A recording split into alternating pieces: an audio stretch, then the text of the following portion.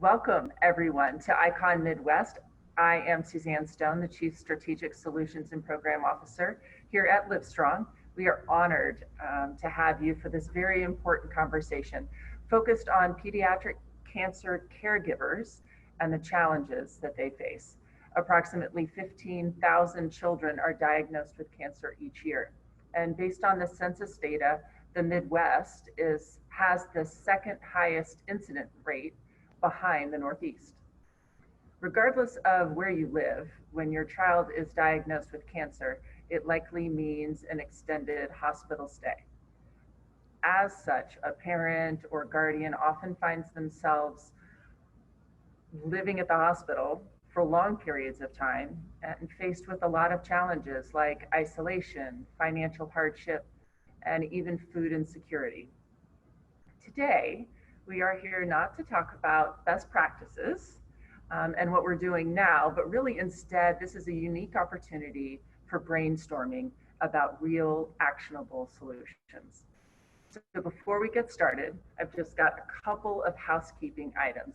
First, you will notice that the setup, if you've joined us in the past, you'll notice the setup is a little bit different this time. So myself and as I refer to her, the wizard behind the computer, Brittany, she and I have traveled to Iowa today. And so we're here in Cedar Rapids. We're very fortunate to be in the Physicians Clinic of Iowa. They have lent us their space. So we are here this afternoon because we've got some special people who are here that we wanted to come up and see from 6 feet away. So you'll meet one of them shortly. So bear with us as we have a little bit of different technical things. So we'll be playing a little bit of musical chairs here shortly. So second, keep that video on. We really want to see your smiling faces. And we are going to put you on mute, but you have the power to unmute, and we really hope you will. This is definitely meant to be a conversation, not a one-sided event. There will be a short break. So after our third speaker, you're going to have a 5-minute break.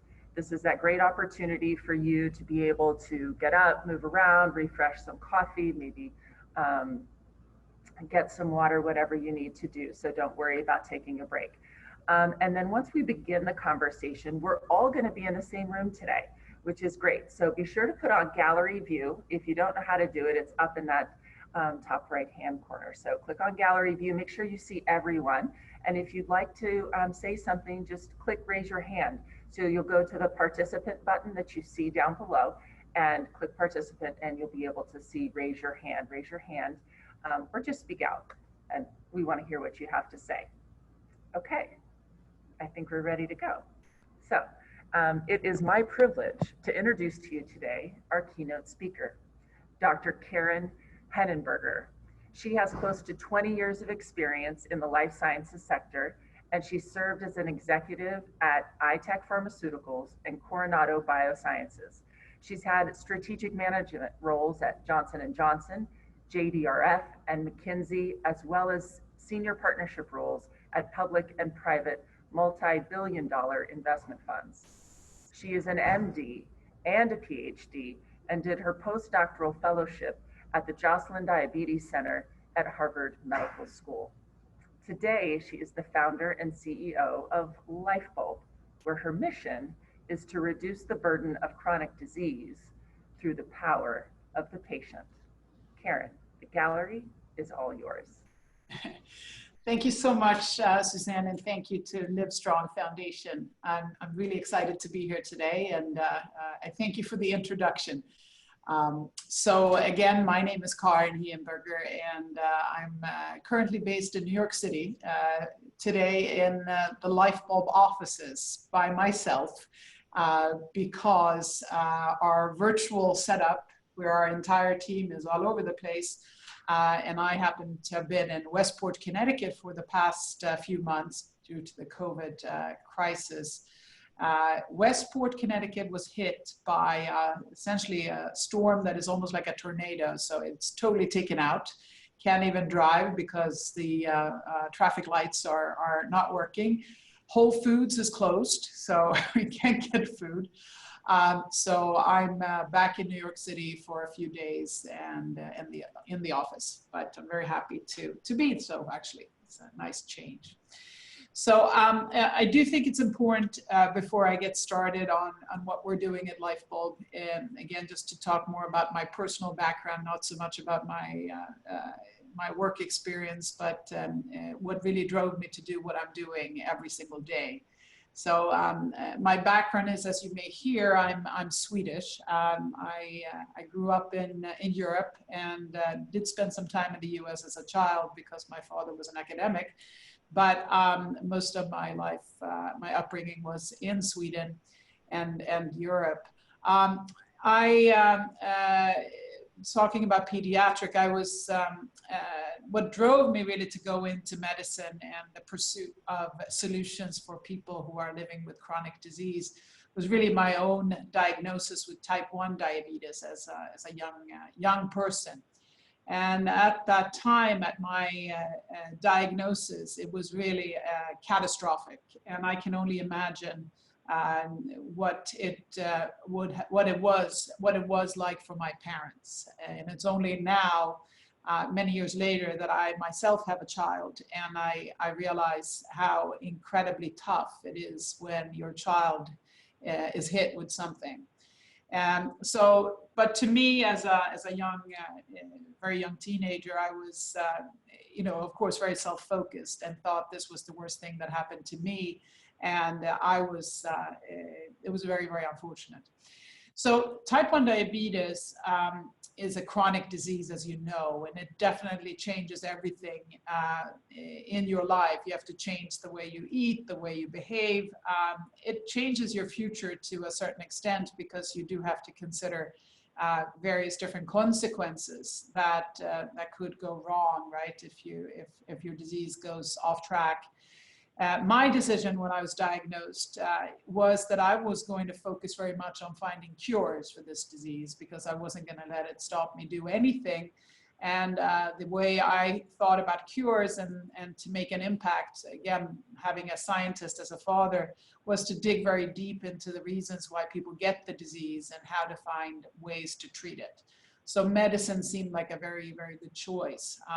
At the time of diagnosis, I was mostly active in tennis. I was, of course, studying as well and going to school and active in school. But my main passion at the time was playing tennis, and I was playing on the Swedish national tennis team. And I, as many young people, probably thought I was totally invincible in the sense that nothing could go wrong. Maybe I could lose a match, but that was the extent of my sorrows. So that all changed when I was diagnosed, and my focus became medical school and had to get there as fast as I could.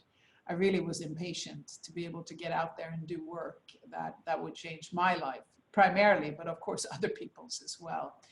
So the other big decision that I made was something that I have since thought a lot about. Is I made a decision, and I communicated that very clearly to my family, was that no one should know that I had this disease. No one, except for the very tight family. I did not want anyone to know my weakness, my defect, my issue that I was so ashamed of. So my parents followed my advice, which I think was wrong. They should probably have overruled me and tried to, but it's hard to overrule a teenager who's also very headstrong. We kept it a secret, which you can. If you are constantly hiding something like that, you can, but you live a very lonely life. So it took me a long time before I had to disclose the fact that I had diabetes, and it took actually 20 years. Because after 20 years with the disease and having sped through medical school and got a PhD within just 6 years after high school graduation, I was suddenly not just faced with the chronic condition type 1 diabetes, but I also had many of the late stage complications. So I was now in need of a kidney because my kidneys were failing. I was down at 10% capacity. I was going blind. My vision was terrible. My eyes were bleeding and leaking due to diabetic retinopathy. And I was a walking stroke risk with my blood pressure at very, very high levels because of my vascular complications to the disease. You know, this is not only, of course, due to the disease. Many people can manage type 1 diabetes very well, but since I had avoided accommodating to the disease, just studied the disease, knew everything about it, and my specialty was actually complications to the disease, I just didn't allow it to stop me, and that to a certain extent did accelerate these developments, even though I would say I was also unfortunate in probably my genetic setup or something. So here I was 20 years later, you know, with a strong career already, and a very hectic life, never let anything really stop me. And needed to tell my employer at the time, Johnson & Johnson, where I was the head of metabolic strategy, of all things, dealing with diabetes and trying to predict and lower costs for people with diabetes through innovation. Innovation was always incredibly important to me. To me, science is a tool to impact people. So for me, the study of medicine and the study of science are ways that we impact people who have some sort of disease. I'm not a scientist for the mechanisms of action or the science in itself. I understand that we need to learn about it, and it's fascinating. But to me, the most fascinating is to see how people get better or to understand why they get sick. And that's why I needed to learn so much about the basic mechanisms. And that's why I'm a big believer also now in science when it comes to the COVID crisis. So I needed to make changes, and I was very fortunate in the sense that my father gave me a kidney transplant, or gave me a kidney. My eyes were lasered to the point that I have very little visual field left, but I can see when I look straight ahead. I am okay now in my blood pressure, unless I get very angry and drink too much coffee, but that's true for most people.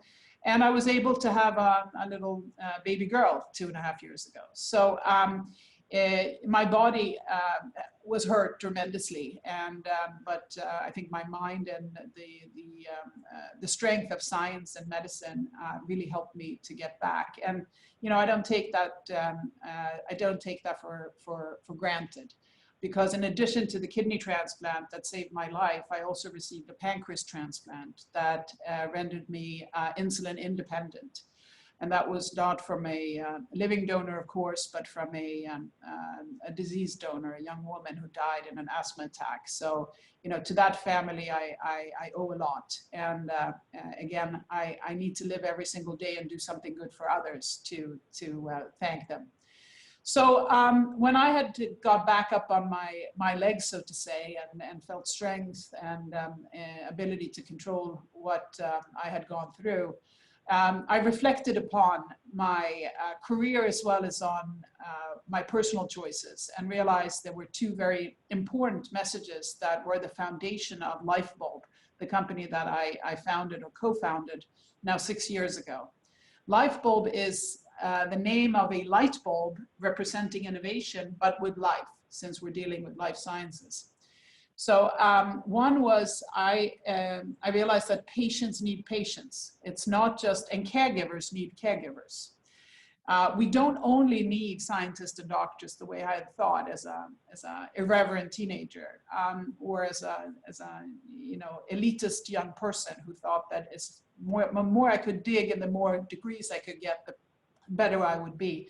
But often patients who are living with the chronic disease actually know more than most experts, because they're living the disease.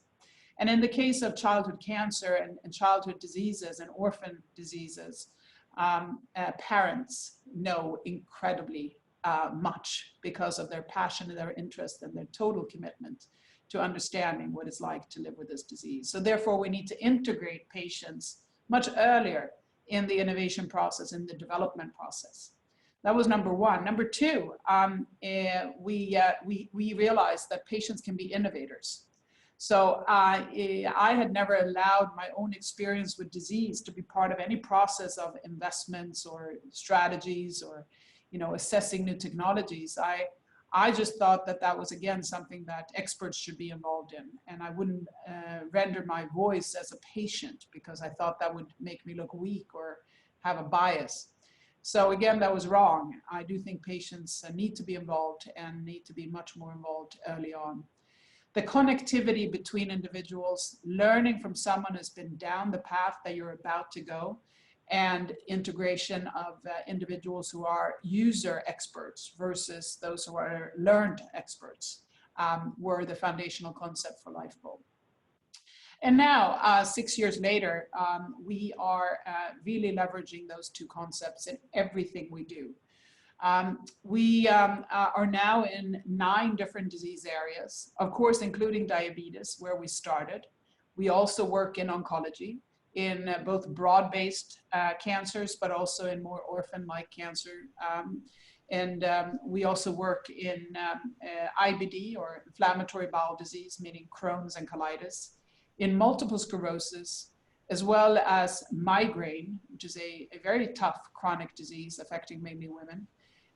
Transplantation per se, so the whole idea of a patient who receives a transplanted organ is now entering into a new disease state where they have to manage other consequences of that transplant. And in mental health disorders such as depression, anxiety, and even addiction, which, by the way, has been incredibly, very, very important during the COVID crisis, or still, of course, we are still in this crisis.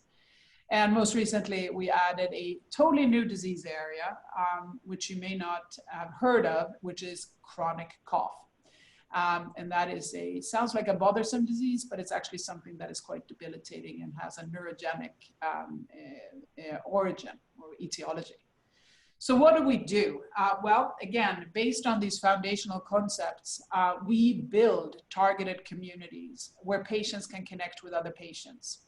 In the past, we have leveraged social media platforms that are already in existence: Instagram, Facebook, LinkedIn, Twitter, and platforms such as Medium and others where we can communicate our stories and showcase what our patients are doing.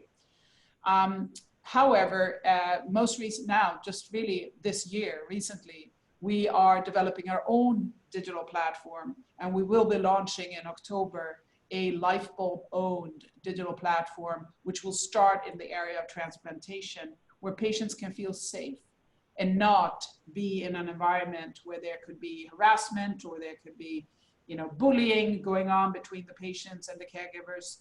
But it should be safe, it will be moderated, and there will be an ability to connect one-on-one, which was one of the primary opportunities that I saw when we started Lifeboat, for a patient or a caregiver to connect with another patient or a caregiver, not in a group, not in a community, but actually to learn from someone who's been where you are right now. I find that critical. And it was something that when I was told that I needed a kidney transplant, I really wanted to talk to another woman, similar age, similar background, someone who I could relate to, who was also working full time, who knew what I was going through and had gone through it. But there was no ability for the system at that time to make that connection. And I really would have liked that. And that's something that we now need to do more in a digital way versus doing it manually, which I'm sure all of you do. Because I know that people who are involved in disease, you're always connecting and helping and mentoring others. But if you're sitting in an environment where there may not be other people close to you, you may not be close to a chapter or even be able to connect live, we want to provide that opportunity. So in addition to creating these targeted communities where patients communicate with one another and where we showcase content, we also offer up ways for patients to engage with us and thus engage with the overall community. So at Lifeboat, we have our team, which is our core team, And underneath that, we have a very large group of so-called ambassadors and entrepreneurs. And the way we select our ambassadors and our entrepreneurs is really based on their commitment to the cause. They need to want to be, of course, inspirational. They want to help people through ways that are positive, encouraging, sharing experiences, and really getting involved in the solutions. For me, having gone through such serious disease and horrible consequences, I think the best way that I survived and the best way that I essentially thrived through this was by thinking about the next step and thinking about how I could get through it through solutions. And that's the spirit of the patient entrepreneur and the way we conduct innovation in a very, I would say, novel way. We do not only capture the stories and the insights from others who are living with a chronic disease, but we also ask these patients and caregivers, and often it's actually the caregiver or the care partner, to come up with ideas to solve the problems. So imagine when you're going through something on a daily basis, and that was again something that I experienced after especially getting my pancreas and no longer being a type 1 diabetic on a daily basis. I, of course, still a type 1 diabetic in my immune system, but I am no longer in need of multiple tests every day and insulin injections. I realized there were so many things that were easier to do. I had a wider smile when I woke up in the morning because I just didn't have all this in my brain that I had to think about. There weren't that many questions or even decisions that I had to take on a daily basis as someone who was living with this disease. That burden was gone. And I started to think about if I still had diabetes and these little things that bothered me seemed little, maybe to the doctor or to the businessman or woman or scientist, but to me as a patient, those little things were really impacting my life. So our patient entrepreneurs, we have now more than 150 of them all over the world. They have done exactly that. They have analyzed these small problems, seemingly small problems, and I'll give you some examples, and then gone forward to try to solve them in a very strategic way. So not just coming up with some idea that is an idea, but they actually build business plans, they put together teams, and they work on those solutions. And they are essentially taking their health issue into a job opportunity and a potential wealth opportunity, right? Because if you're a startup, an entrepreneur, you create a solution to the problem that you're facing on a daily basis, you can actually make a real living. And that's what we saw. We started again in diabetes. I'll give you an example. We had a young man from Tunisia who happens to live in Berlin. And he said, I'll never forget, he said, you know, I'm 29 years old. I have never had a long relationship with a partner yet. I'm still, you know, a young man. However, my longest relationship is with my insulin. That doesn't go away. However, my relationship with my insulin is not always positive because I can't trust it. He said when he injected his insulin, it was sometimes not working the same way as it did the day before. And he analyzed that and realized that since insulin is a protein, very similar to many treatments in cancer, right? It's so sensitive to temperature. And the regular fridge, not commercial fridge, but the household fridge is often not temperature regulated perfectly. So he came up with an idea where he would have an app that was connected to his insulin and it showed a happy face or a sad face, depending on if his insulin was at the right temperature.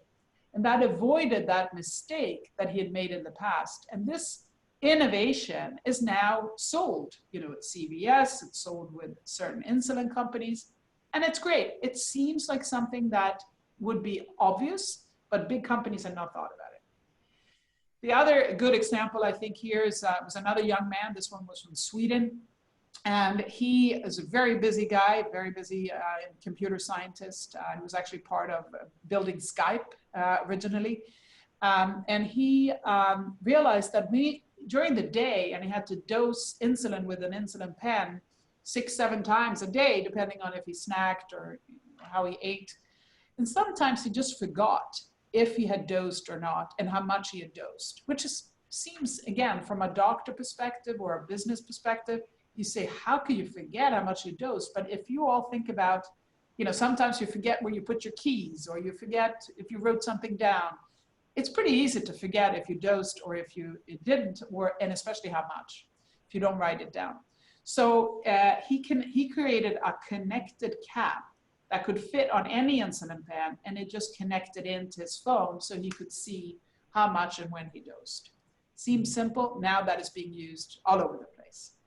So I'll give you another example of a great patient entrepreneur in the space of cancer. So here we had a man and his sister, and their father actually died of cancer. And they realized that, their father actually survived a cancer, that's the point. But they said the reason our father survived was that he was based in New York City and got the best kind of treatment from Memorial Sloan Kettering. If our father had been somewhere else and not received the top line treatment, the best novel treatment and the best care, he may not have survived. And they said, we need to enable everyone in this country to get access to the same kind of treatment. So they've created what's called the MedNet, where doctors educate other doctors. And doctors, if you know, are incredibly happy to teach other doctors because they like to talk, right? They like to educate and feel good about their own, self. I'm one, and I know a lot of doctors.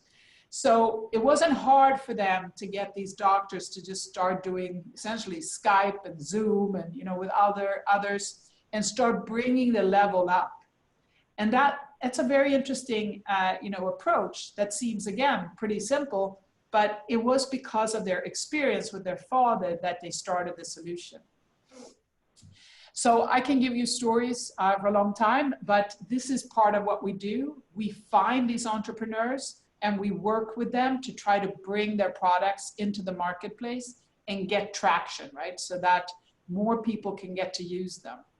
We also work with individuals who are not entrepreneurs. As I mentioned, we call them ambassadors. And with them, we do other things. We give them an opportunity to speak on panels, to educate even companies, because within companies, they often don't know the patients. They may be great at the specialty, whatever they are in, but they often don't know what the patients go through. So we can provide them with patients that they need.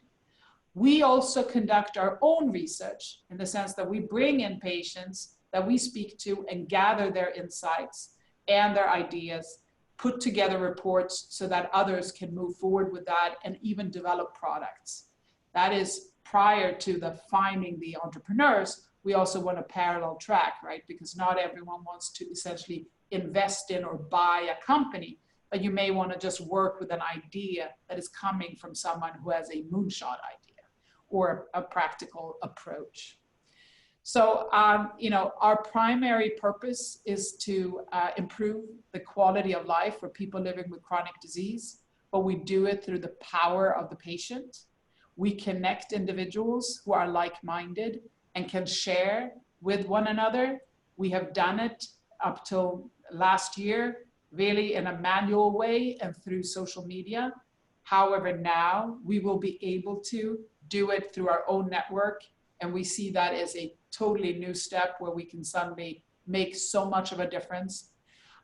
I guess finally I want to say is that we are somewhat positioned in the middle when it comes to patient communities and advocacy organizations. We work with many of them and we love to be working with Livestrong now.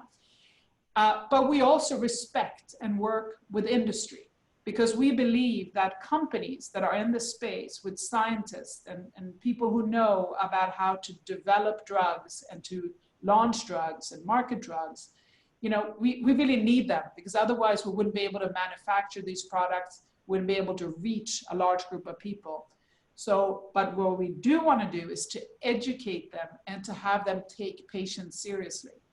Many companies say they are patient-centric. We don't want to say patient-centric. We want to say you got to work side by side with patients and care partners. We want to take everyone, you know, seriously and equally, versus saying, here's the patient in the center, we're going to test a few concepts on you and then move on. That's not what we want to do. We want to say, what are the unmet patient needs? Let's address them together with the patients. And then we can let the machine take over in the sense of developing the products in the right way, in the regulatory way, in the clinical trials and so on. So that's a little bit about myself and about what we are doing. And I'm really happy to see all your faces. I wish we could be in person and engage live, but you know, I think we're all getting used to this virtual setting, and it does have some advantages. I have to say, for Lifebulb, we've been able to do much more because we don't have the time to travel. We don't miss time by traveling, and we can reach a more global population, because that's one thing that is for sure. These kind of diseases affect everyone, not just this country, not just Europe, but all over the world. So we do need to find solutions that work for everyone. So thank you so much, and thank you again to Livestrong and to Suzanne for allowing me to share our story. Oh, absolutely. Thank you so much. I think all of you can understand why, when I had the opportunity to meet Karin, I felt that her life experience and the idea of patient-centered solutions, or that solutions begin with the patient, with the caregiver, and that it is that idea of working side by side to actually implement those solutions is really exciting, and it's certainly something that at Livestrong we are passionate about. So Karen, thank you so much for spending time with us today. All right, so now I get to play a bit of musical chairs. I want to introduce you to someone that many of you might know, and he's sitting behind me. Soon will take my chair, Marty Hagar. Marty is a lifelong resident of Cedar Falls, Iowa, which is where we are right now. He is the owner of Ogden and Adams Lumber Company, and he represents District 1 on the Cedar Rapids City Council. Now, he's not here today to ask for your vote. This longtime Livestrong family member has a more important role, and that's one of husband and dad, more specifically, dad to Jack. And today he is here to share his story. So Marty, the chair in the gallery is yours.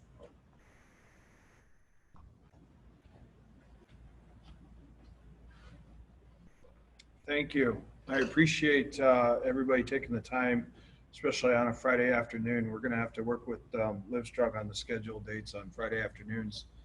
You know, there's usually something else going on, but I just wanted to kind of share a brief summary of our story and my involvement and my family's involvement with Livestrong. My son Jack was diagnosed at age 5. He was diagnosed with a disease called primitive neuroectodermal tumor, which is called PNET. And so what's interesting was when Jack was from birth to age 3, that was his nickname, was Peanut. So it was a little interesting when the doctor told us what kind of cancer he had. It was, I guess, only fitting. So when Jack was 5, what he was experiencing was some cognitive delays and just doing some abnormal things in school, like coloring, writing his name backwards, coloring outside the lines, just doing things that he wasn't previously doing at the beginning of the year, which concerned the teacher, and then which led into seizures and more, I would say, serious things happening, vomiting. And so over probably 6 or 7 months, a series of tests at local hospitals and, led us down this path of finally going to the Mayo Clinics in Rochester, Minnesota. The reason why it took us 6 or 7 months to find this is his presentation was not normal. His brain cancer did not form into a mass. It formed more like frosting on a cake, and it coated his entire brain. And also, they found cancer cells in his spinal fluid. So, it was really kind of a path of maybe it's this, maybe it's that. And I would say more of mother's intuition that it wasn't this or that, it had to be more. And so my wife, Jen, of 24 years, was on a mission. And at the time, I know it's hard to think about now, but at the time, remember the blue long cords that plugged into your computer, that plugged into your phone line. So it wasn't a matter of grabbing your iPad and just Googling something. It was a matter of waiting 6 minutes for your computer to kind of warm up. And so it wasn't an easy process. In fact, when we tried to get into Mayo, it took us about 30 minutes just to manipulate through their website. And that was in March, and our first appointment was at that time scheduled to be in May. So that was not going to sit well with my wife. Long story short, our appointment happened to be the next day after her persistence. So I have 3 kids. Jack, who's the oldest, is currently 21. Ben, who, hard to believe, we just moved into college yesterday, is 18. And my daughter, Ella, is 16, going to be a junior and probably going to go to the Zoom high school this year. So we'll see what that looks like. So anyway, at the time we met with our oncologist and she found the cancer. There was no protocol for any kind of treatment for this, which was pretty scary. And I think we asked the first question out of our mouth, which I think a lot of cancer patients and caregivers ask, is what stage is he in? What's his percentages? And she looked at us and says, I don't deal with percentages or stages. I deal with patients. And we were going to do everything we can to save your son's life, but every patient of mine is different. And so she would not give us a stage or a percentage, which we find out later was huge. So plan A was 5 rounds of low dose chemo, radiation, then a stem cell harvest, and then 3 rounds of high dose chemo. And after each high dose chemo round, they would interject his stem cells back into his body, and so he would recover faster. What actually happened was after the first round of low dose chemo, he coded several times, and they pulled the plug on that and said, we're going right to radiation. Radiation was every day, Monday through Friday for 6 weeks. And it was a shot of radiation over the entire cortex of his brain and into his spinal fluid.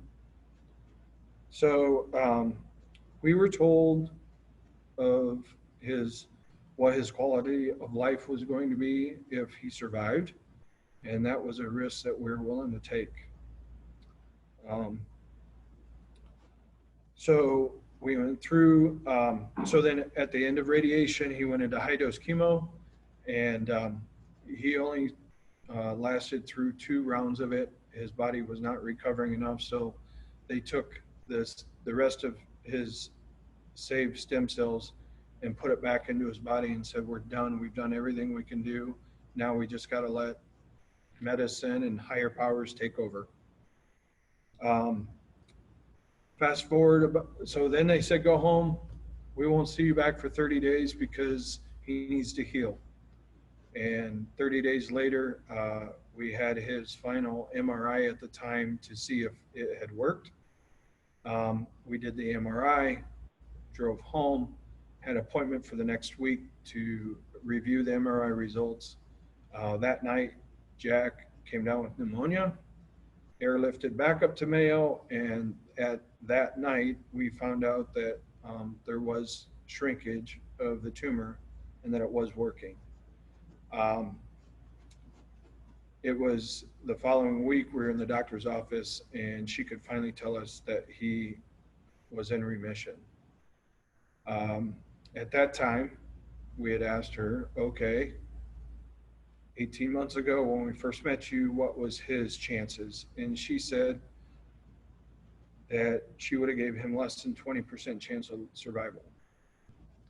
And that was daunting to us because had she told us that first meeting, there was a lot of tough nights. And we may not have said, is it worth it?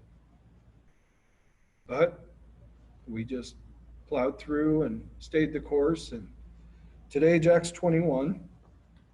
A lot of those side effects that they told us, they exist, but that's what we prayed for. So we deal a lot with Jack and his life skills. He is the best movie review person you'll ever meet. He watches a lot of movies, and he's very social. So if you ever get a chance, we should Zoom sometime and let him just go on about 2 hours of 100 different movies, and you'll see his personality as one thing that cancer did not take away from him. We began our Livestrong journey in 2007 with the Livestrong Foundation. I myself rode with Team Livestrong on RAGBRAI when they came to Iowa. My wife signed up to be a Livestrong leader, Army leader. She attended OVAC, which I was able to accompany her on one trip. We were hosts for the green room for the 2007 Livestrong Summit here in Cedar Rapids for the presidential campaign. We've attended several conferences and events through Livestrong, and we really feel like we have this special Livestrong family, many of which you are part of, and we just kind of feel like we weren't sure why until one of the events, somebody explained to us the obligation of the cure, and then we really kind of got it. 5 years ago, we've been fundraising since 2007, since I went on RAGBRAI. We'd have these little events that grew into bigger events, and we started having real success in fundraising and started raising some real dollars. So in 2015, we created a 501c3 called the I Know Jack Foundation with the tagline, if you don't fight Jack, or you don't fight cancer, you don't know Jack. And we, at the time, we were raising funds for American Cancer Society, Livestrong Foundation, for basically anybody that had affected our life through this journey. But we kind of felt like we need to do more, and what can we do that doesn't take away from our partners that we would fundraise with. So we created this, what we call the I Know Jack Pack. I don't know if you can see this. So what this is, in our journey, we, when Jack was diagnosed, of course, there's so many notes everybody gets bombarded with. We had a spiral notebook, it was falling apart. I'm sure many of you know the original Livestrong guidebook was a big 3-ring binder back in the day. It wasn't great to carry around. So we would write in the our notebook, and then transcribe it back into the 3-ring binder, so we'd have kind of a journal. But we had all these things, so we ended up going to a Staples and buying the biggest, heaviest backpack we could find, and that kind of became our, what we called the seizure bag. His meds were in there, his Game Boy was in there, everything that we needed to survive through doctor's appointments was in that bag. So we created this I Know Jack Pack. There's comforted items in here. There's the Livestrong guidebook, which is thinner and I would say more convenient today. There's water bottles, and then the one thing we didn't want to do is we didn't want to take away from other organizations, but we wanted to collaborate with them and kind of help them. So we collaborated with Livestrong Foundation. They provide the journal for us. And then the next thing is, how do we get them in the cancer patients' hands? And here in Cedar Rapids, we have a great community cancer center, the Helen Genesis Cancer Center. And so what we do is we deliver these backpacks whenever they need them.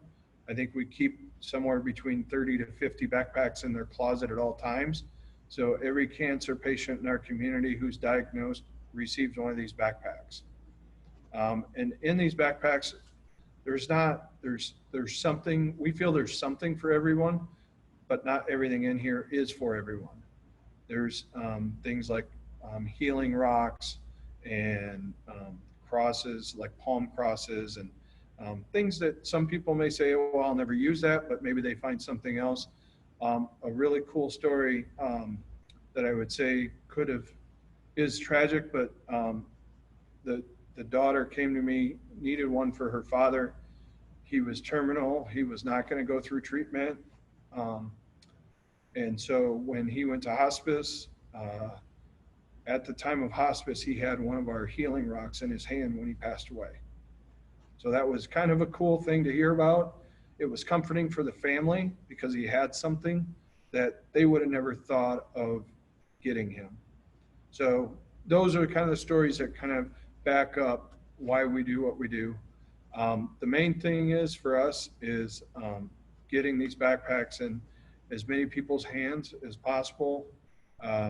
About 2 years ago, we kind of learned that it's better for the caregiver or a friend or family member to give this backpack to the cancer patient than us, because we're strangers.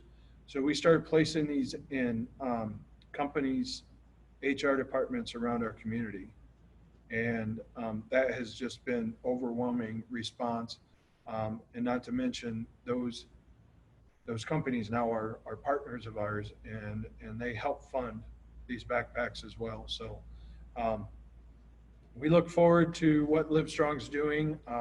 We have a lot of energy behind what's going on now, and if I'm able and invited, I can't wait till the summit back in October, or coming up in October, to hear what everybody's great ideas around the country are. And I appreciate you guys letting me talk and hearing my story a little bit. And I can't wait to hear what we all come up with here in the next hour. So thank you. Thank you so much, Marty. Thank you. Thank you, Marty. This is why I came to Iowa.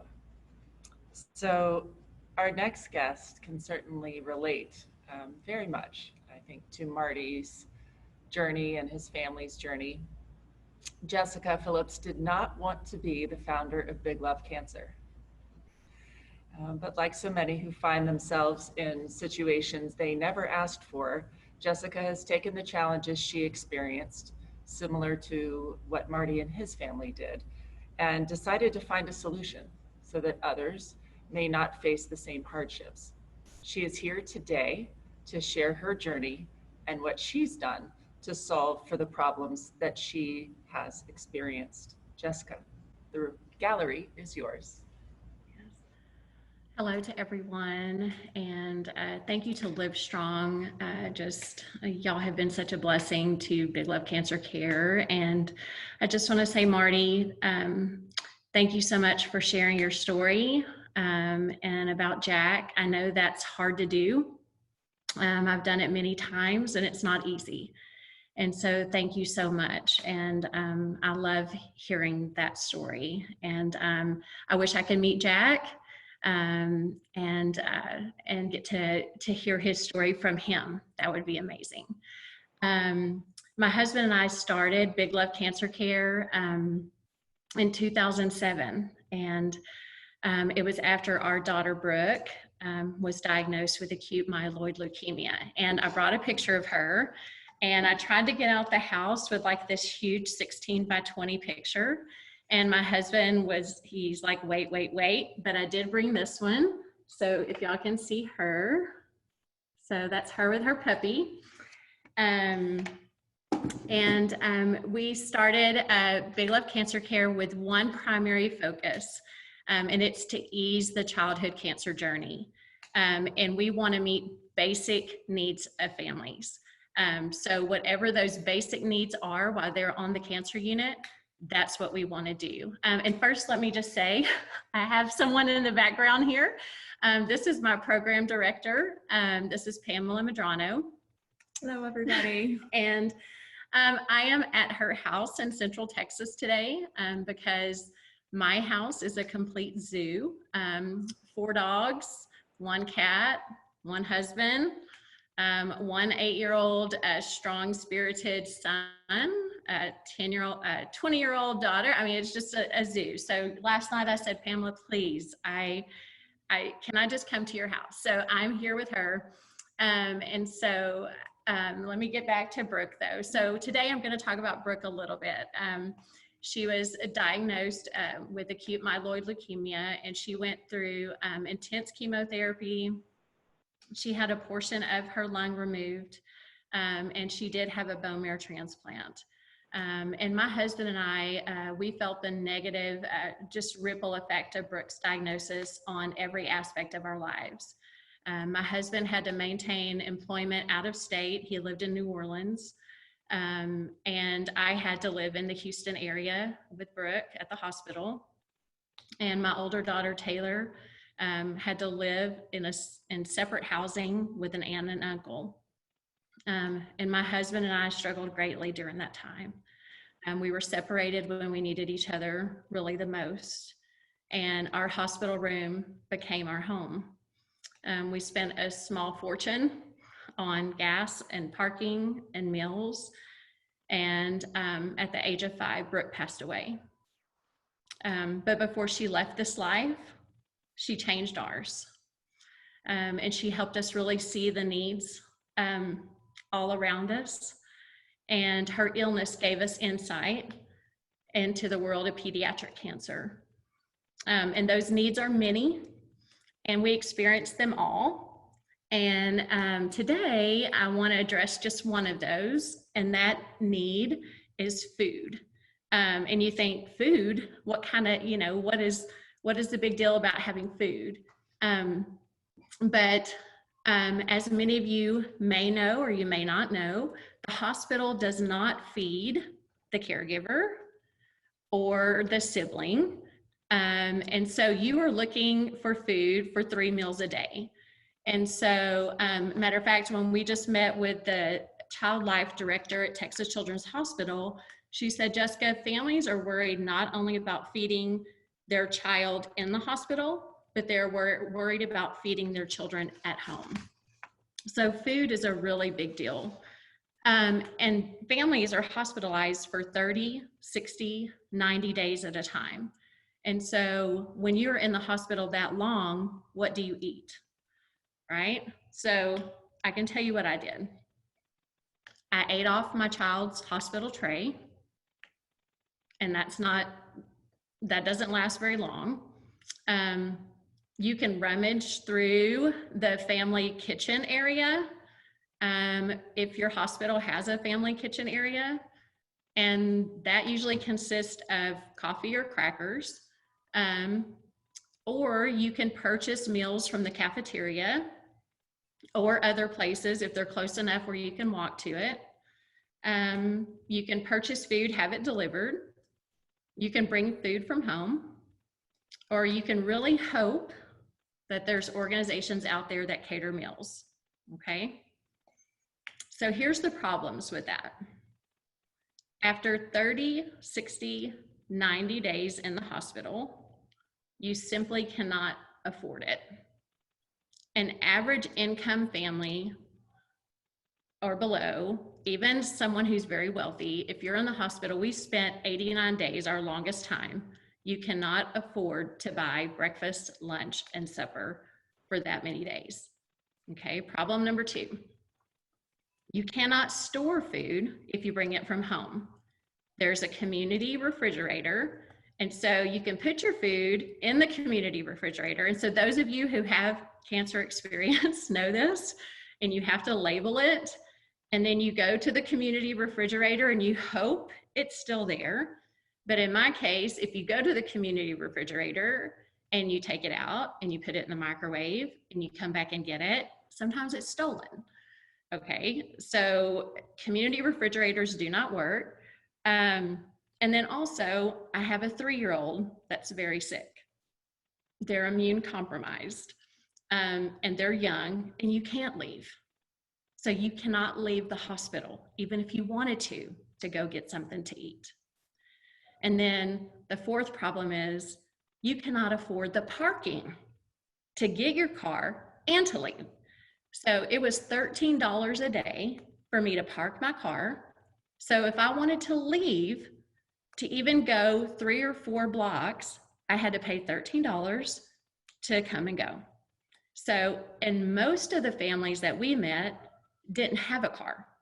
So some of them were walking back and forth, okay? And so in addition to food, what if you needed razors or socks or pull-ups or detergent? You cannot get any supplies that you need. So what are families to do? And this is food. This is a basic human need that you can't get. So you're hungry. Families are just hungry. Caregivers are hungry. I've had single moms in rooms with kids under the age of 5 and the baby has cancer. So all the kids are in there and she has to feed all of them. So they're all hungry. So Big Love came up with a solution. We have 20 different programs now at 6 Texas hospitals, but here is the solution we came up with to meet this one pressing need. So I walk into a room, and I'm just going to share a brief story with you. And I meet Emily, and she's one of my favorites. I know I'm not supposed to say that, but I meet Emily, and she is living with an aunt who is a single mom. And Emily has a lot of complications. She's a leukemia patient, and plus she has a lot of other chronic illnesses. And I sit on the bed with her, and I said, Emily, I said, it's wish list day, and I have this wish list, and Pamela can kind of pop it up here in a minute, or you can see it now. So we have this wish list, and Emily, I said, let's fill it out. And she says, well, Miss Jessica, it's Sunday, and it's Easter Sunday. Can I put an Easter dress on there? I said, of course. And she said, I think I'm gonna go to school soon, so can I put flashcards? Absolutely. And she said, and my aunt really complains about her coffee not having creamer. Can I put creamer on there? Well, of course. So we put coffee creamer on there. So, and then she said, and I love hot Cheetos. So we put that on there. So we begin to fill out this list, and they fill it out from the most desired to the least. So a purple teddy bear, it could be anything they want. So they fill this list out, and I'm sitting on the bed, and her doctor walks in. And he says, Emily, I have great news for you. Your counts are great, and you get to go home today. And Emily starts sobbing. No, I can't go home. You can't send me home. I don't want to go home, not today. And he said, what are you talking about? You get to go home. You don't have to stay here.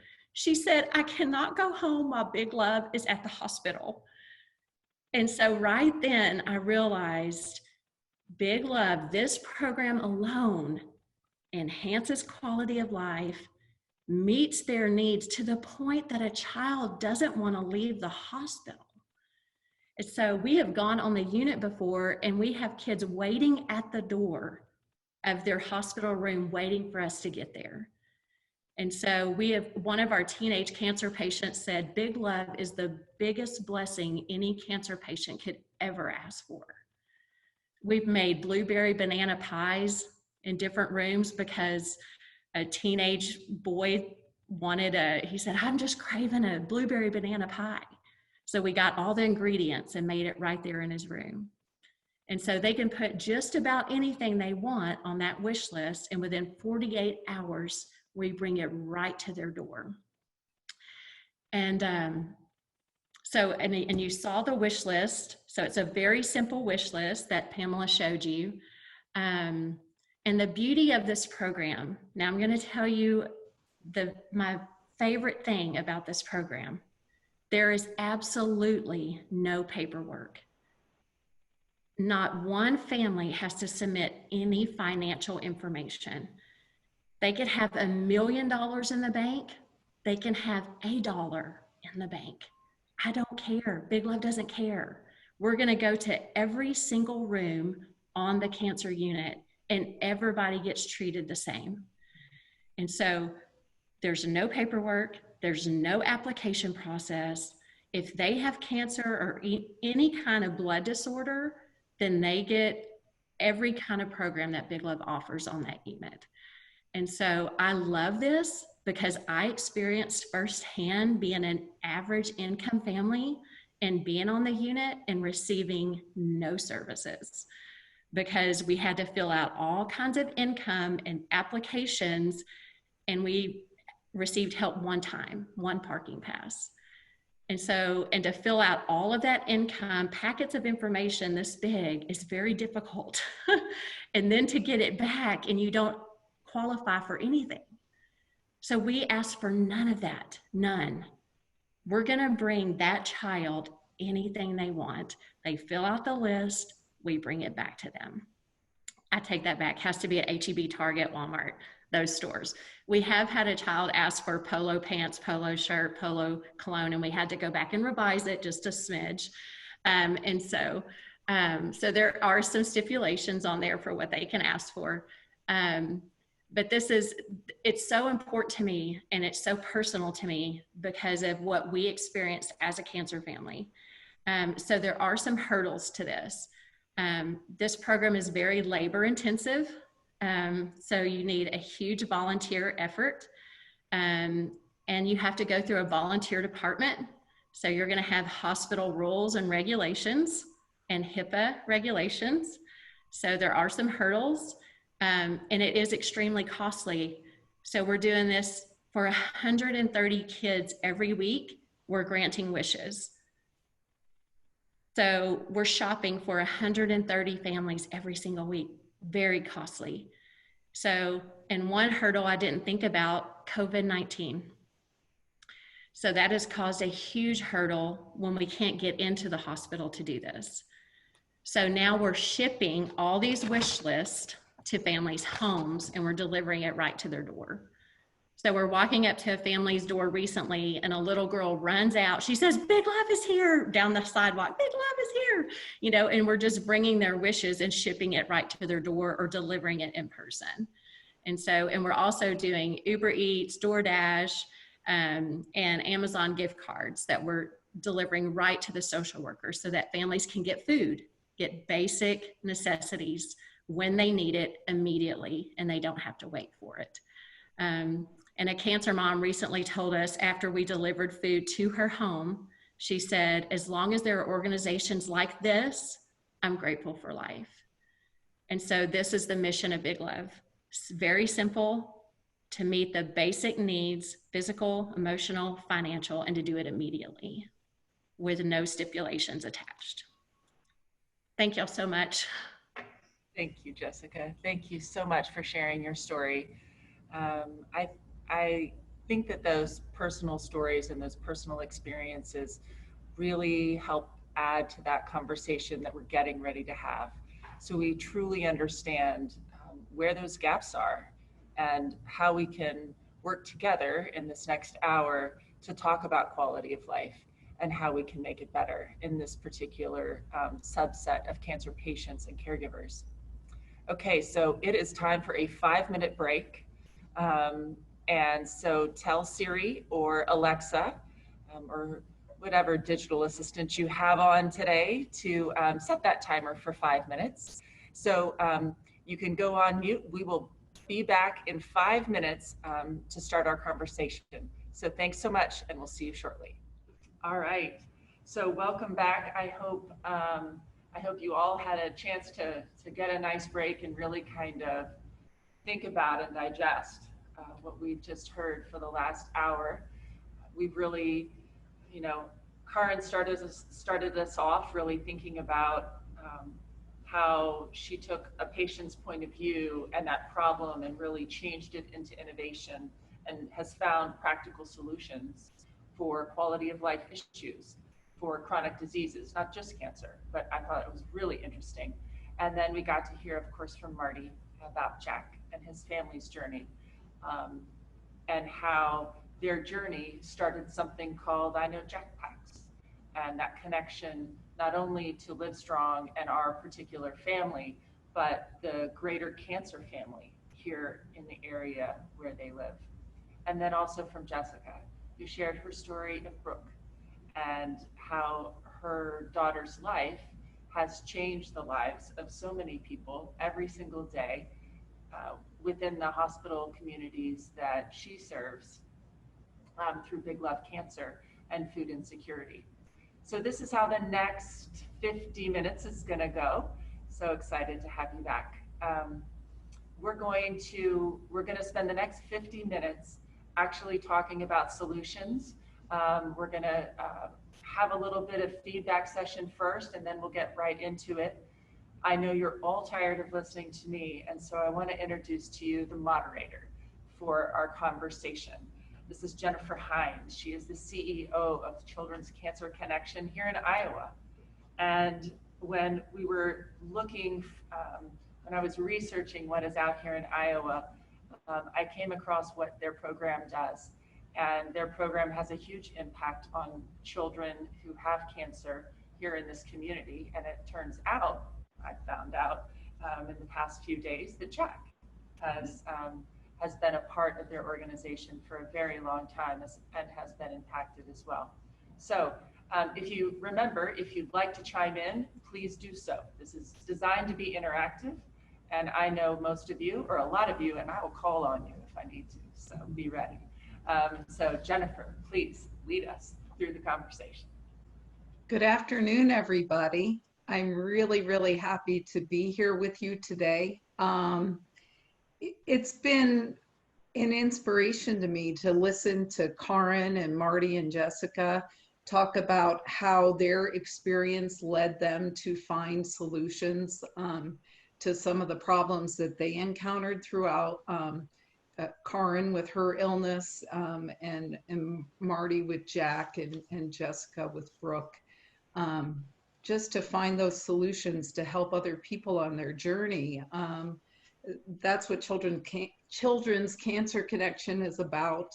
And hopefully today we can find some more ways that we can all help and support each other throughout our cancer journeys.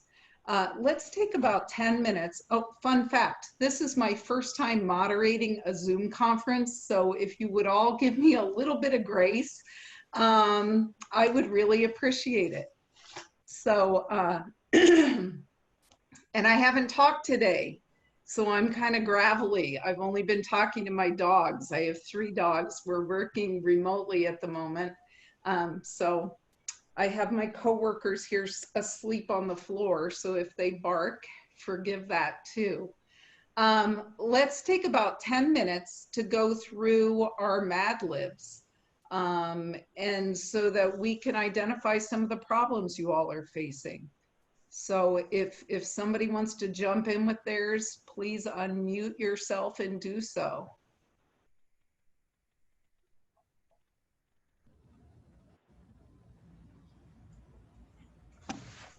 I have no takers. Julia, Takes a second to find. Oh, there, go ahead.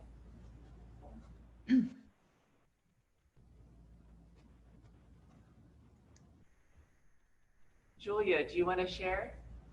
What was your Mad Libs, or what was a challenge that you see in pediatric cancer? Thank you. I just want to make sure I had crazy tech problems this morning, so I didn't get on until 10:30. So is there an actual Mad Lib game going on I'm unaware of? Sorry if I missed it. No, that's okay. It was a pre-event exercise. It's totally okay if you missed it. So tell me, so why don't you share with us what what is one of the biggest challenges that you see in pediatric cancer care or for caregivers in that area? Yeah, sure. I'm in Los Angeles. I'm the CEO of Cancer Support Community Los Angeles, and we have psychosocial support for children and adults, for patients and families. Everything we do is free of charge, and our biggest challenge. I mean, you'd think that everybody would be flocking here because there's really not a lot of these types of services for children in our area, believe it or not. And whenever something crops up, it usually gets cut. So our biggest challenge is really having a small staff keep up those connections with all Los Angeles is huge. There's a lot of hospitals here, keeping up those connections with the hospital systems. Within our own community, we have our adults who come here for their cancers, who then realize that their children need support in ways that they don't know or understand what to do. So our program is growing internally, but it's really about bringing everybody in Los Angeles, this very disparate city that's so huge, into the fold, and to elevate the importance of taking care of people's hearts, minds, and spirits.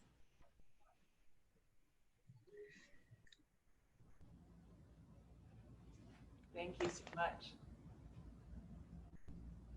I'll jump in. My name's Greg Boone, and I actually almost didn't join in this meeting because I really have no personal connection with my family or myself with pediatric cancer. I'm a breast cancer surgeon and a prostate cancer survivor, and have been involved with Livestrong for a while. I decided to do this because my daughter-in-law's best friend growing up has a 1-year-old son who was diagnosed with acute leukemia and ended up having a bone marrow transplant. So I spent some time this last week speaking with Melissa and talking to her about her experiences, and they're maybe 10 months or so out. And I think they're very lucky. Akron Children's Hospital, where he was at, had a lot of resources. They offered a lot of support.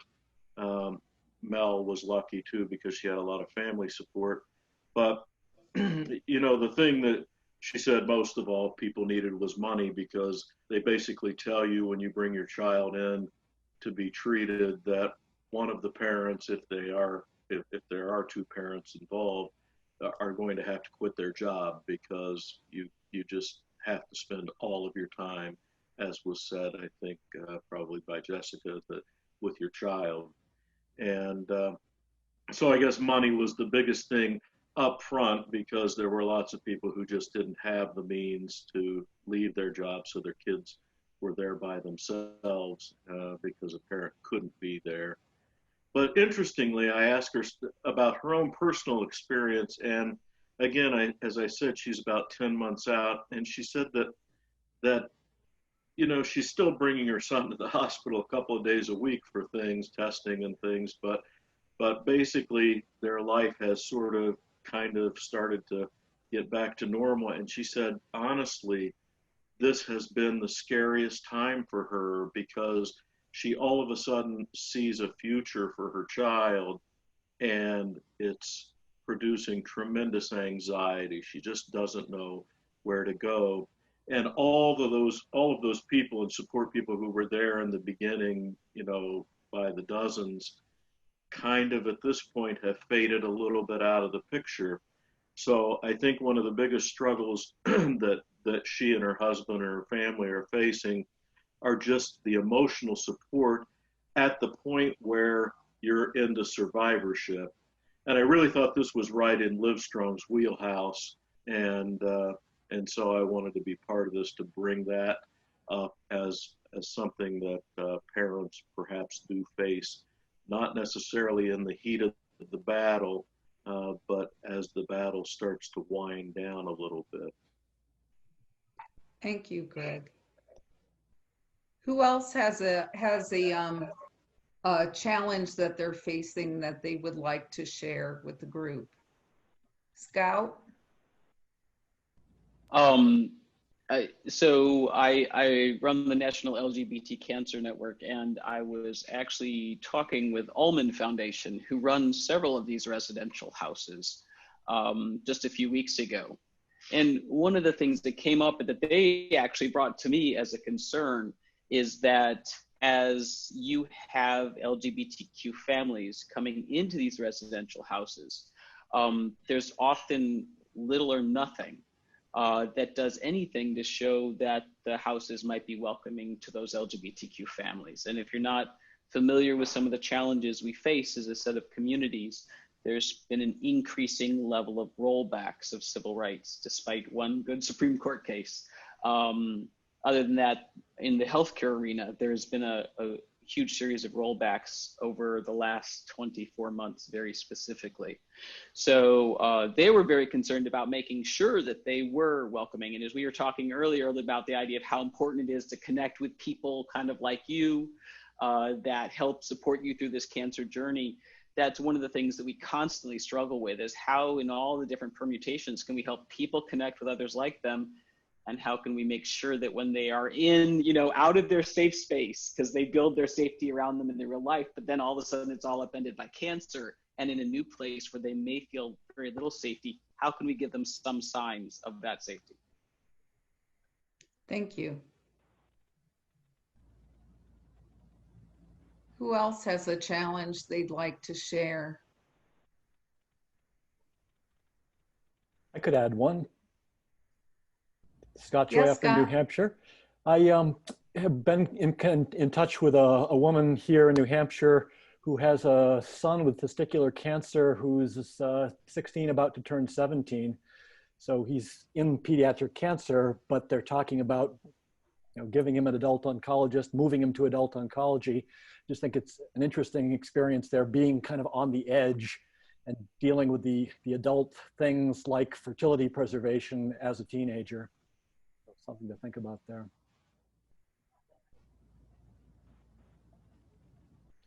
That's got to be incredibly challenging to really be in the balance there of kind of a child.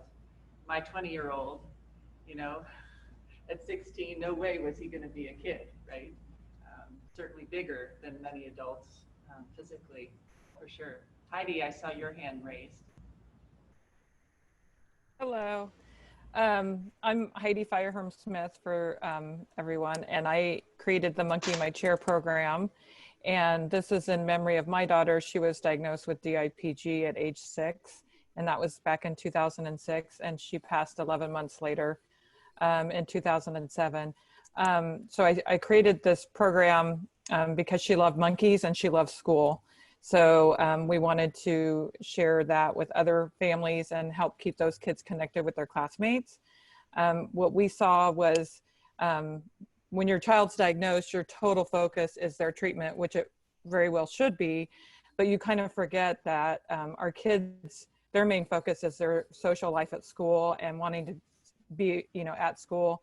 They could, they really lack that connection and start feeling isolated.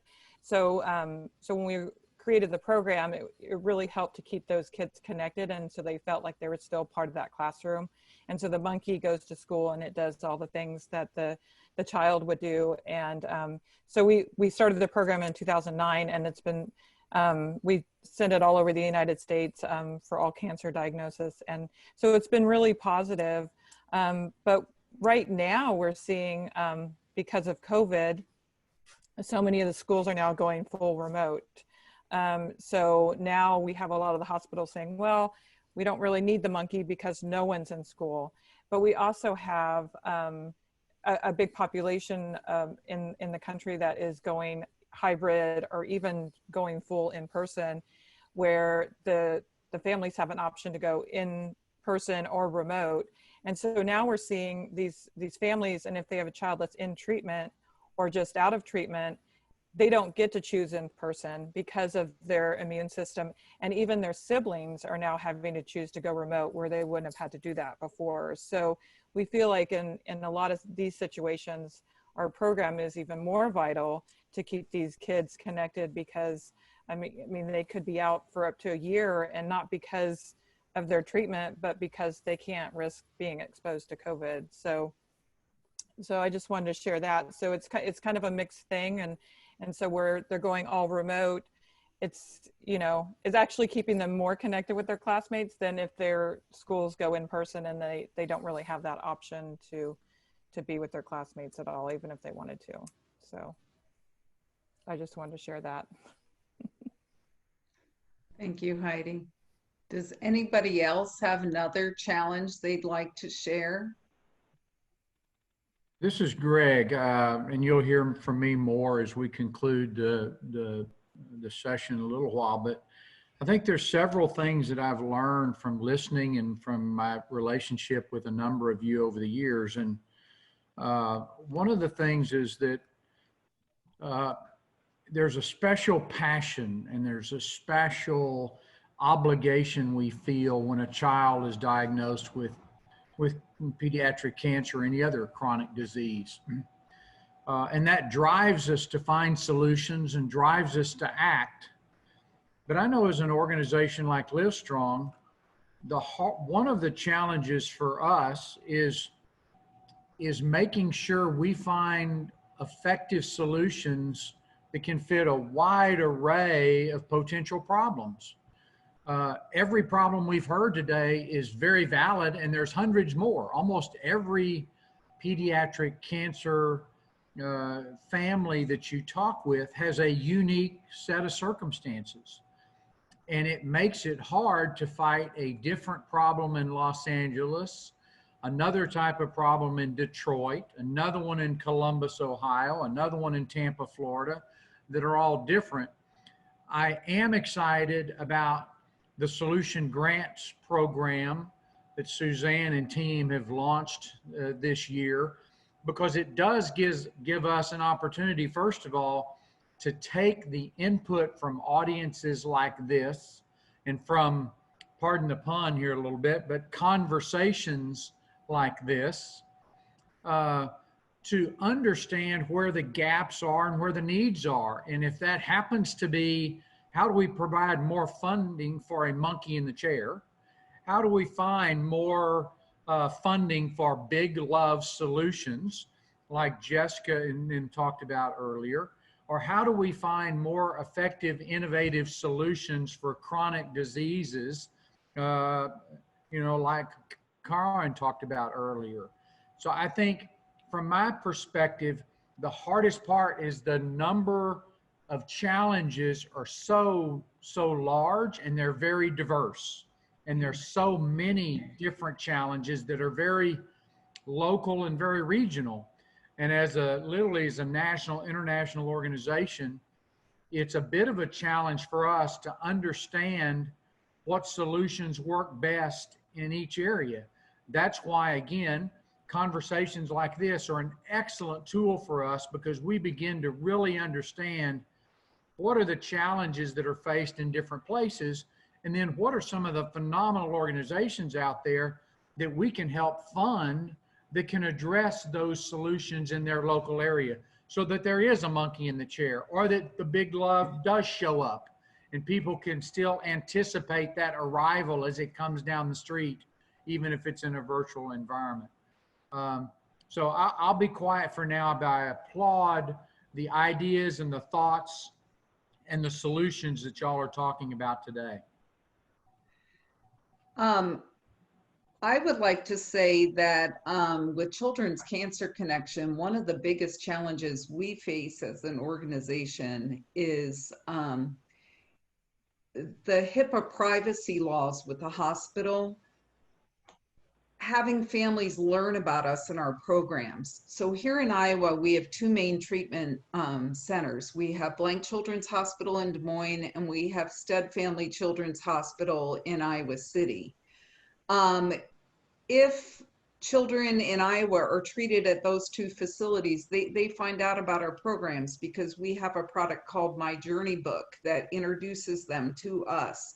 But if they're on the outskirts of our state, so we serve the entire state, But the closest treatment center isn't necessarily in our state. So someone like Jack, he went to Mayo, that's in Minnesota.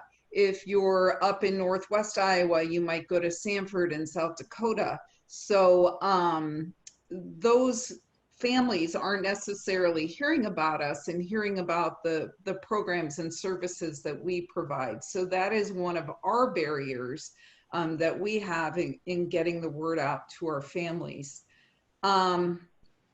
One of the challenges I heard Scott talk about with a child who was at that cusp of 17 with testicular cancer, not really a child anymore and not yet fully an adult.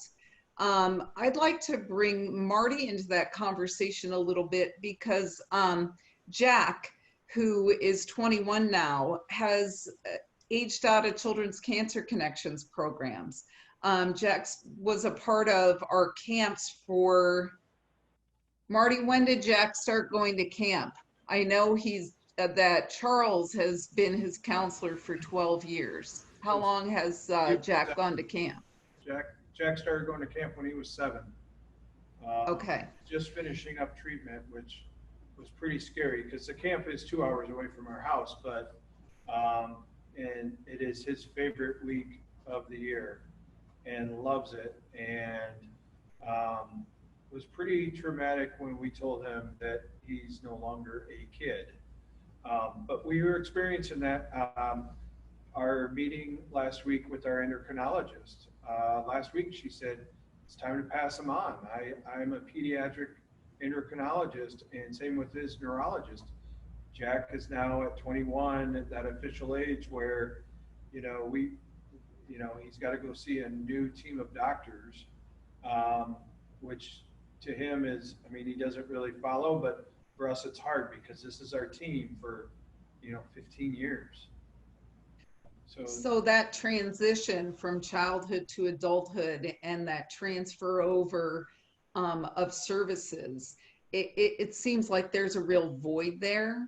How do we help folks move from one program to another? Are there programs or services for them?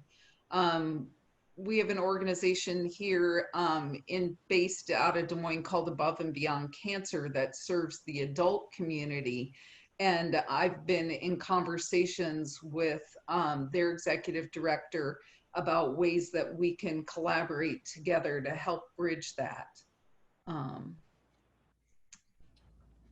I'd like to maybe bring up a topic that probably isn't the easiest one to bring up, but Jessica alluded to it a little earlier about, when we were living in the Ronald McDonald house, for over a year, we saw 3 marriages break up to a divorce because of how hard it was to have a child. And, Mayo Clinics is 3 hours away for us, and we had a 3-year-old and 1.5-year-old at home with grandma and grandpa for pretty much, it wasn't the entire time, but it was a lot of the time when Jack was in a really dark space. But during radiation, I would take Jack up on Sundays and stay with him until Wednesdays, and then Jen and I would high-five each other in the hallway, and then she'd stay from Wednesdays and bring him home Friday nights. And so, you're really kind of parenting separately for a long time.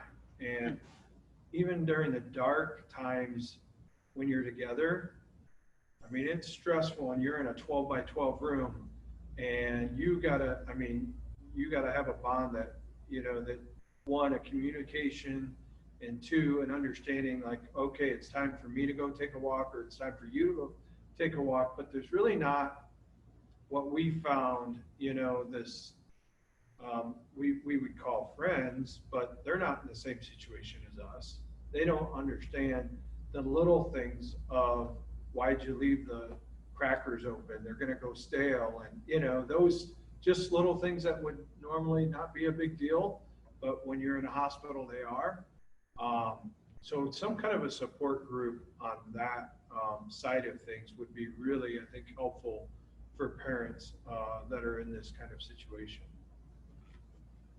Is there anyone who is on the call today? Because I think that's really interesting. You know, we talk about, you know, really the idea of the caregiver and your quality of life.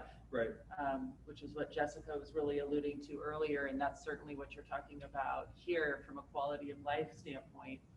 So is there anybody who has insight on that, or who's seen some programs work, or what would be that big what if? Like, how would that work from a caregiver support side for pediatric cancer like that? Does anybody have any ideas or thoughts? Julia? I don't know if this is a big innovative thought, but this is what we do. I mean, we have those counseling and support groups for parents. We have an online Zoom group for parents right now. And that is something, because we come at it through we serve kids with cancer and kids impacted by cancer and adults impacted in any way. So we come at it from all angles. So our services are very macro in that sense. So we do have support groups for those parents and individual counseling, couples counseling, because you're right, Marty. I mean, every part of your life is impacted. And if you don't have that communication, constant check-ins with how it's really tough.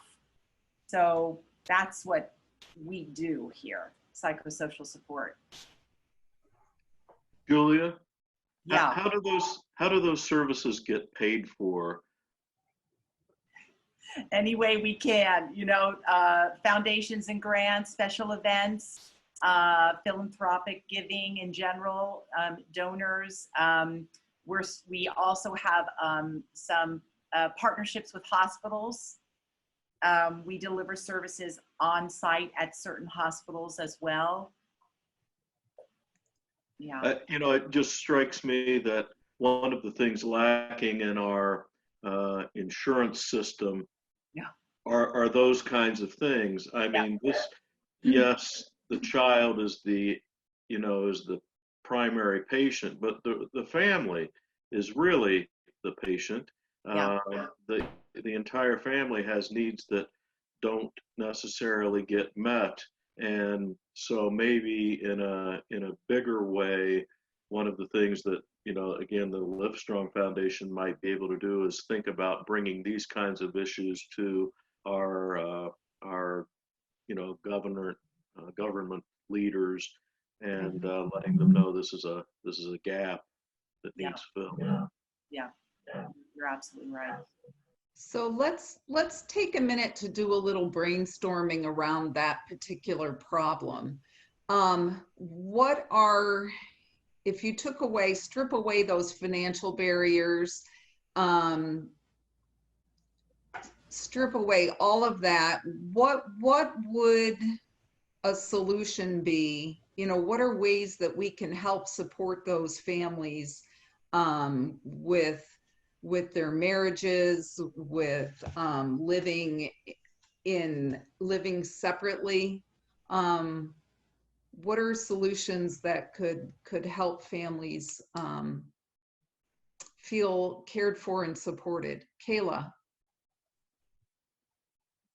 Okay, I'm really nervous because I have no credentials here besides I'm studying for my master's, so bear with me. But I think it's really important to normalize and educate parents on development and some barriers that may happen with the pediatric cancer population, and that's not medical. So more like social and emotional changes that could be happening, and really educating parents on what that might look like from a developmental standpoint, and working to normalize those and give them resources to kind of combat those as they happen. But first, really focusing on kind of normalizing what those changes are, so they're better prepared for it when it comes, and it's more accepted by then because they will have kind of had that preparation almost, versus it kind of just happening. And, you know, is it supposed to be like this? Is this normal? My child used to be like this. And it's like, no, this is normal, you know, development and kind of the social emotional component and the differences there.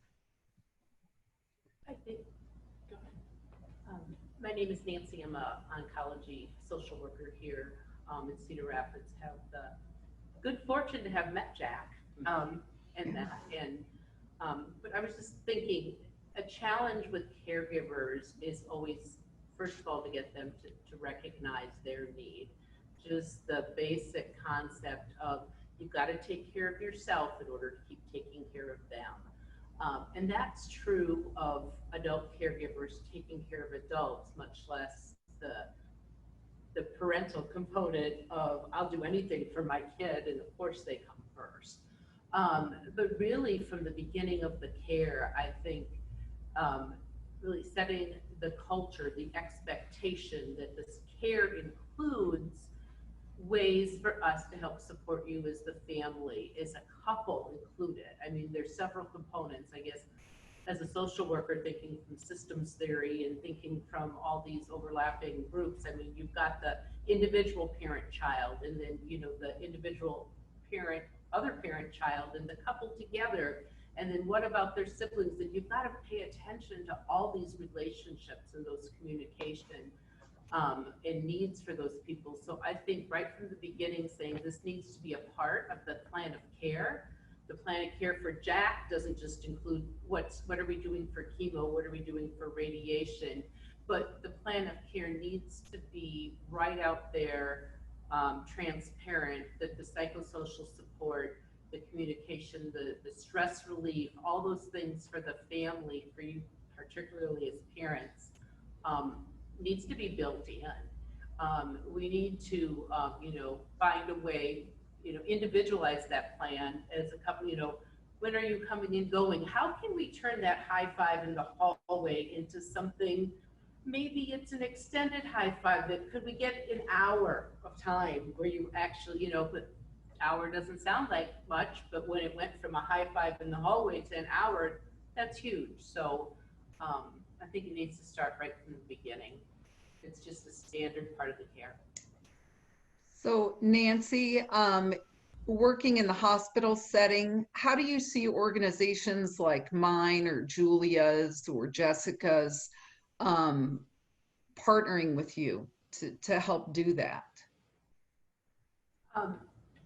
As a social worker, of course, you know, I'm biased to the social worker perspective, and really, I think lessons there, the key to helping with those supports and helping connect people to those resources, and being able to say, how do we, you know, have time with each new patient and family to sit down and know about, you know, I know about those resources, to say, you know, here's how they can help you and how they can help you. But by spending time, you know, assessing those needs and making a plan and saying those things are just as important as the chemo. And whoa, that might be a hard sell at the beginning, but you know, same concept of if the plane's going down, you put your oxygen mask on before you put your kids on, because if you pass out, how are you going to help them?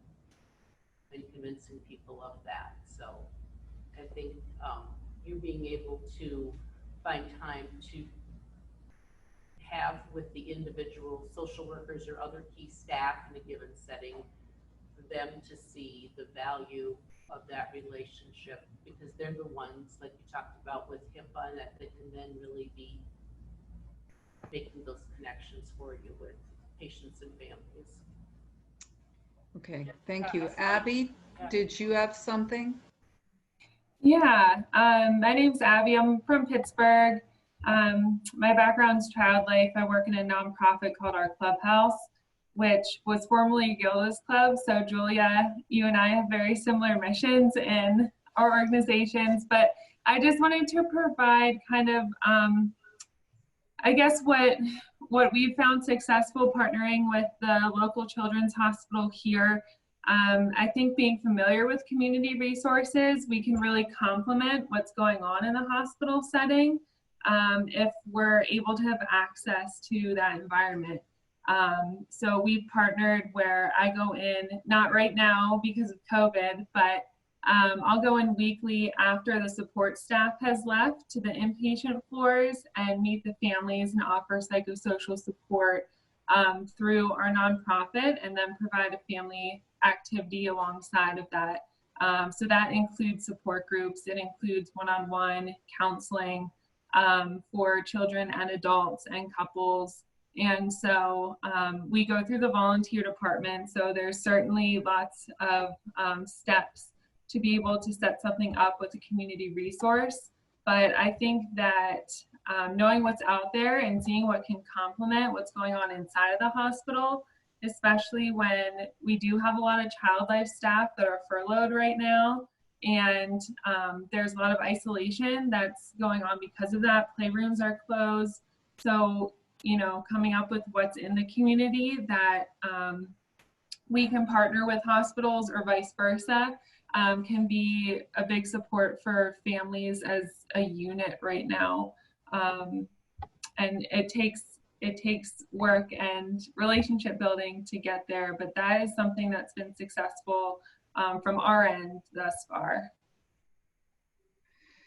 So what are some of the ways that you're trying to overcome that hurdle of COVID and the hospitals not allowing visitors in? So we do group activities twice a month at Stead Family Children's Hospital, and we haven't been able to go in since March.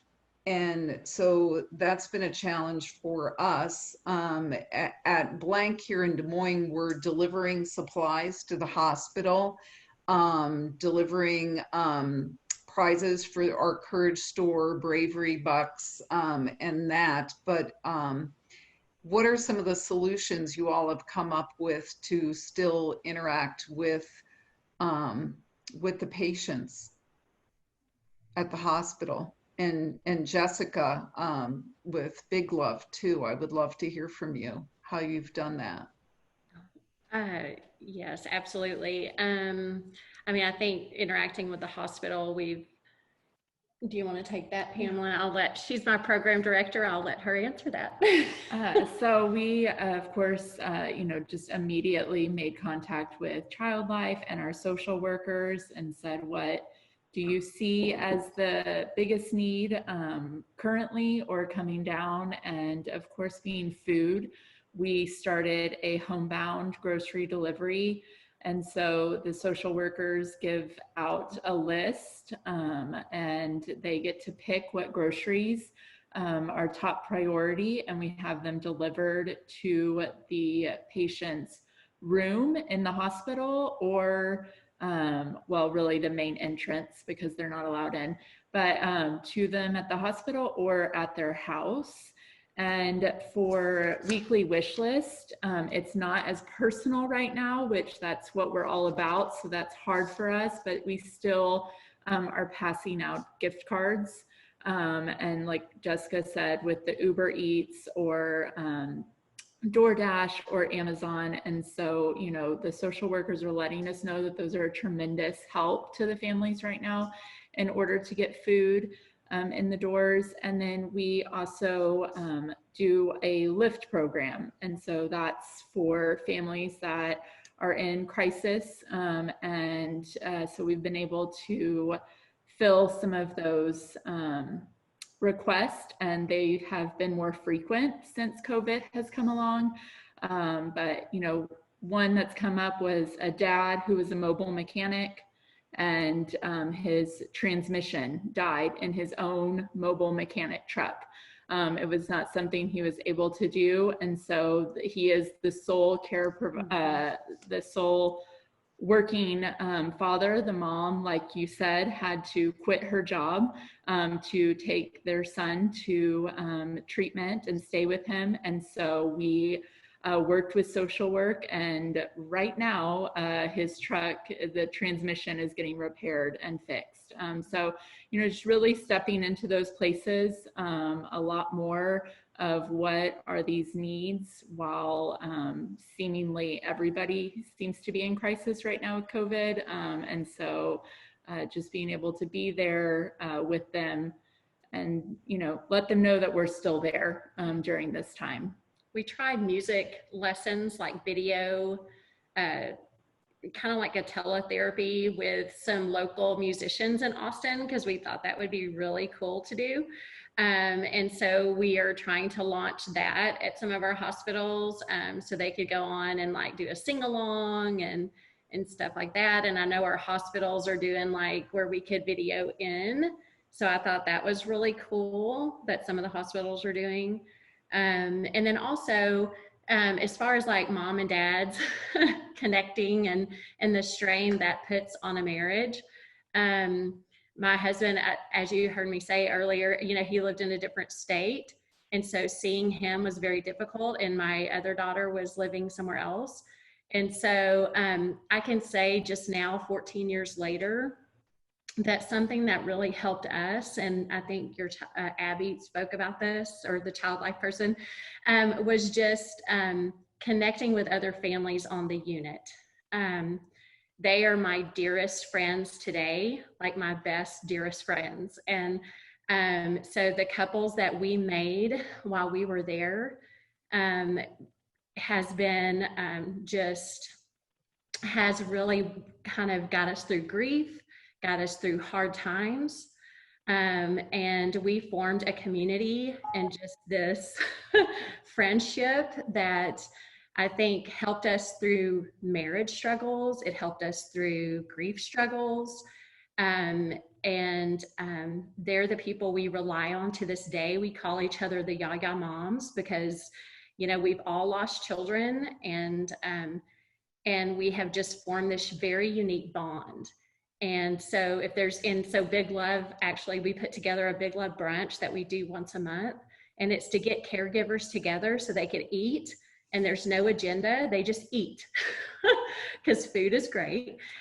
So let's eat and let's, you know, do a little craft or activity and get to know everybody on the unit, because sometimes it's hard to get out of your room and get to know, you know, who's in the room next to you.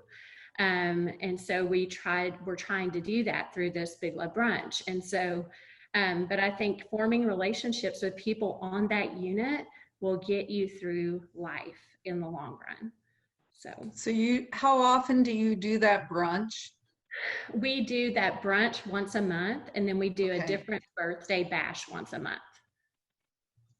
So I have to say, we've got about 9 minutes left, and I love these conversations because they go in unexpected places, and we may have ideas about where they're headed, but they often go different ways. And what I've definitely heard is the social worker. I point to you because I know you're one. The social worker is really the key to entrance for resource information to these families, and that connection of family and resourcing families is vital to their quality of life. And that's not just about the child, right? It's about that relationship building. And that food is also an issue here, Jessica, you know, like you pointed out, and I know Marty, you mentioned as well. So how, and then this kind of idea that you just said, Jessica, of brunch. So imagine, I don't know, so here's my big moment here's my big idea, right? Is what if it was every week on the unit, there was some ability to have all of these families together for food with no agenda, and it was just that relationship time where maybe there was a resource available that came in to take care of your kids, so you didn't have to worry about them for an hour and high five, right? And you just got to sit with others and create that bond. So anyway, thank you all for that. I don't know if that's even doable, but I love the idea of food and helping families stay together during that time. Yeah. Cassie.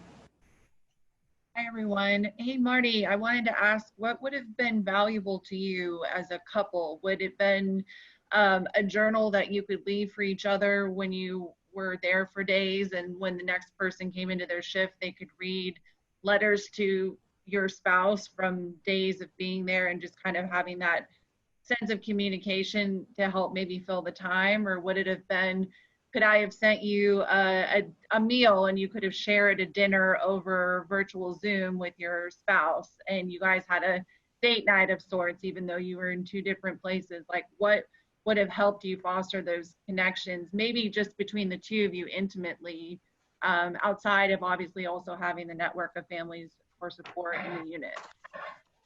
Well, I would tell you that the idea of having kind of a date night sounds awesome.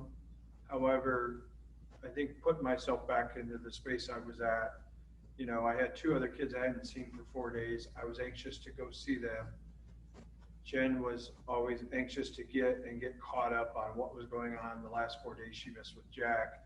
So, I mean, although that hour would be awesome, I just don't know if it's realistic when you put yourself in that situation. The journal idea sounds amazing, because then you can kind of share without interruption or without kind of a debate, kind of your feelings. And it could be that one thing that that I think you could almost treasure, you know, going forward. So that's one that I've never thought of. I guess our feeling always has been, you know, we need to do this not just for ourselves or for Jack or Ben and Ella, because can you imagine Jack feeling, or the patient feeling like, I just went through this dramatic thing in my life, and because of me, my parents are no longer together. And survivorship is hard enough, but knowing that you're going through survivorship, thinking that you're the reason why your parents are no longer together, and I mean, that's a reality. I mean, I think just kids not going through cancer have that feeling anyway. I will say that Jennifer's program, they do a sibling camp that my son Ben and daughter Ella have been part of since they were young, like 5 and 6 years old. So it's been 15 years for them.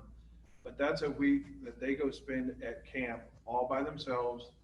And it's about them. And it's about them talking about their experience having a sibling going through it. And I don't know if there's, you know, I don't know if a week-long thing after, you know, but kind of like a marriage camp, like, okay, reacquaint yourself to each other, because you just went through a year or 2 years of, you know, something that you didn't read in some kind of your engagement, you know, Bible, that this is going to happen and this is how, you know, there's not a lot of, I'm sure there probably is a lot of books about it, but I'm not a book reader, so I just sell 2x4s for a living. So I'm, you know, but at the end of the day, I think, you know, just seeing the experience that my other two children have from the sibling camp, I mean, they now feel like they're part of the process and not isolated. And so I think that the journal is a good idea. I can't speak of, you know, we have been fortunate. We've had respite workers that have been willing to spend weekends with us. So my wife and I, you know, we are able to go on RAGBRAI together with Team Livestrong together. We are able to go to OVAC together. And, but we're fortunate because, and I tell a lot of people this, because we found Livestrong, I feel like our marriage did survive, because we aligned together on things that we believed in. But we also went different paths with Livestrong.